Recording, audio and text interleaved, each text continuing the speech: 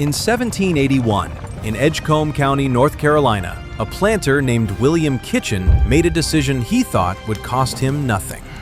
Rather than march off to fight the British himself, he sent an enslaved man named Ned Griffin in his place, and he promised him freedom when the war was over. Kitchen expected this to be the end of it. A signature, a substitute, a problem solved. A war fought by someone else, while his own name stayed safely off any muster roll that might get shot at. What Kitchen didn't expect was that the very system he used to avoid the war, the paperwork, the legal process, the state's own machinery, would one day be turned back on him by the man he tried to cheat. So how did an enslaved man with no legal standing, no money, and no power force the government of North Carolina to overrule his own enslaver? To understand why this worked, you have to understand exactly how desperate North Carolina's situation was by the time Kitchen sent Griffin off in his place. The Southern theater of the Revolutionary War had gone from bad to catastrophic in barely 18 months. Charleston fell to the British in May of 1780, and with it went the largest Continental Army force captured in the entire war. Over 5,000 men surrendered in a single stroke. 3 months later, at Camden, South Carolina, General Horatio Gates suffered one of the most humiliating defeats any American commander would experience in the entire conflict, his militia breaking and running before the battle was even fully joined. By the time Lord Cornwallis turned his army north into North Carolina in early 1781, the state's own governor was writing letters describing a militia system stretched past its limit, unable to fill its quotas, unable to arm the men it did raise.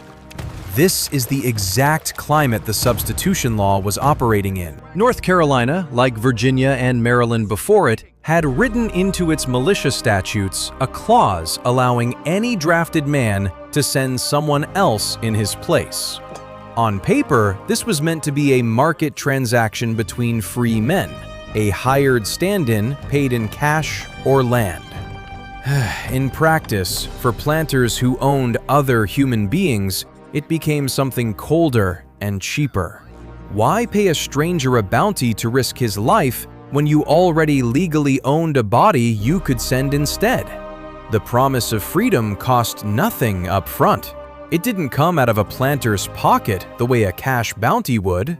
It was, in the coldest possible accounting, the most efficient option available. This is the real weapon in this story, and it isn't a musket or a tactical formation. It's that promise itself and the legal machinery standing behind it.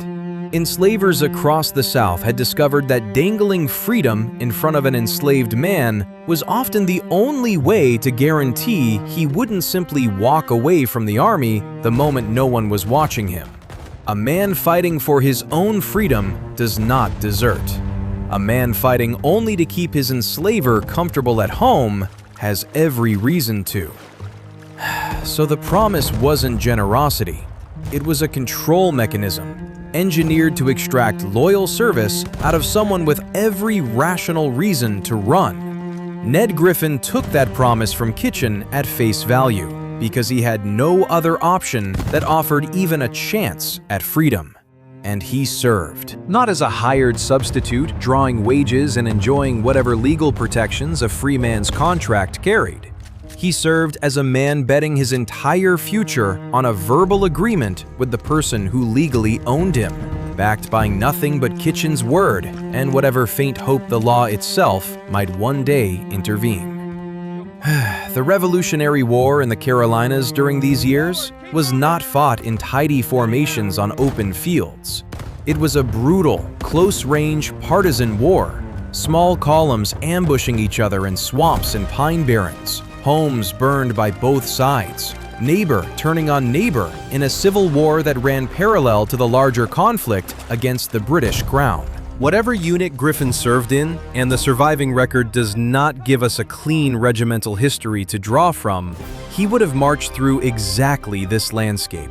The same terrain that swallowed Gates's army at Camden and that Nathaniel Greene would spend the following year using to systematically exhaust Cornwallis's forces without ever winning a clean, decisive battle himself. Greene's entire southern campaign in 1781, culminating at Guilford Courthouse that March, was built on trading space for time, wearing the British down through attrition rather than a single knockout blow. It is not a stretch to say that every enslaved substitute soldier serving in North Carolina's militia that year was participating in exactly that kind of war, the grinding, indecisive, exhausting kind, with none of the glory and all of the risk, in exchange for a promise made by someone who owned him. When the war ended and Griffin came home expecting his freedom, Kitchen didn't free him. He sold him to a man named Abraham Baker for cash, as if the war, the service, and the promise had simply never happened. This is the moment the story could have ended, the way thousands of identical stories ended across the South in these years, with silence, with an enslaved man's service erased by a single transaction and no record left behind at all. Most of these betrayals left no paper trail whatsoever. We only know about Ned Griffin because of what happened next. Griffin understood something that Kitchen never accounted for, something that had nothing to do with courage on a battlefield and everything to do with reading a system correctly. The state itself had an interest in this exploit not being abused. North Carolina's legislature had written substitution into law precisely so that arrangements like this one would be honored. Because if word spread that enslavers routinely broke these promises, no enslaved man would ever again agree to serve, and the entire wartime recruitment pipeline propping up the militia would collapse overnight. Griffin's insight wasn't tactical. It was procedural, almost bureaucratic. And it was exactly the kind of insight that gets overlooked in every telling of this war that only pays attention to battlefields. He understood that the same government which had accepted his service as fulfilling Kitchen's legal obligation could, in theory, be petitioned to hold Kitchen to the rest of the bargain, and that a broken promise to a Continental Line veteran was not simply a private matter between two men. It touched the state's own credibility. This is where the story stops looking like a battle at all and starts looking like a campaign fought entirely on paper. And it deserves exactly the same granular attention any battlefield deployment would get, because the mechanics matter just as much. An enslaved man in 1780s North Carolina could not simply walk into the General Assembly chamber and be heard. He needed a white intermediary willing to carry his petition forward. Someone with standing in the community willing to attach their name and credibility to the claim of a black man against a white property owner. No small thing to ask in that period. Somehow, whether through a sympathetic former officer, a local lawyer, or a neighbor with a grudge against Kitchen, Griffin's case reached the assembly floor. The petition, as the surviving legislative record shows, laid out the facts in a specific, deliberate order, precisely the order a lawyer would choose if trying to make an argument impossible to wave away. First, that Griffin had served in Kitchen's place in the Continental Line for the full term required. Second, that Kitchen had explicitly promised his freedom in direct exchange for that service. Third, that Griffin had performed that service faithfully and completely, fulfilling every condition placed on him. Fourth, that Kitchen had nonetheless sold him to Abraham Baker in direct, undeniable violation of that agreement. The petition wasn't written to appeal to sympathy. It was written to leave the assembly no clean legal room to look away. It asked for something very specific and very targeted. Not vague justice, but a private act recognizing his military service and voiding the subsequent sale outright, using the legislature's own authority over manumission, the very authority that normally made freeing an enslaved person in North Carolina almost impossible by design, and turning that authority in the opposite direction entirely. If you're the kind of person who finds this stuff more interesting than the battles everyone already knows, the forgotten mechanisms, the paperwork wars, the quiet tactical maneuvering that never involved a single musket shot, we cover stories exactly like this every week. So consider subscribing while we get into how this actually played out. William Kitchen's entire plan rested on one assumption, and it wasn't the loud, quotable arrogance of a battlefield commander boasting before a fight. It was something colder and more structural. It was the quiet, unexamined confidence of a man who had never once had to imagine the enslaved people around him as legal actors capable of fighting back through the very system built to keep them powerless.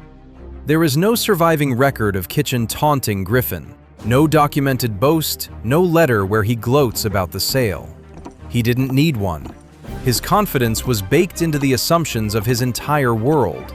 The assumption that a black man in North Carolina, enslaved for most of his life, simply had no functioning path to justice against a white property owner, no matter what promises had been broken or what service had been rendered. That is exactly why he sold Griffin so openly and so soon after the war ended. He didn't think there was anyone left to answer to, because in his experience, there never had been. The General Assembly took up Griffin's petition and did something North Carolina's legislature almost never did for an enslaved man in this period. It sided with him completely. The Assembly passed a private act declaring that Ned Griffin's Revolutionary War service had fulfilled the promise made to him by William Kitchen, that his subsequent sale to Abraham Baker was therefore void, and that Griffin was to be emancipated, made a free man by direct legislative act of the very government whose war he had fought and whose survival that war had secured. Kitchen hadn't lost a court case to a rival planter or a legal challenge from an equal in standing. He had lost to the state apparatus he himself had used to avoid serving in the first place, and that apparatus had been turned against him by the very man he'd sent to fight and die in his place. Here is the number that should stop you cold.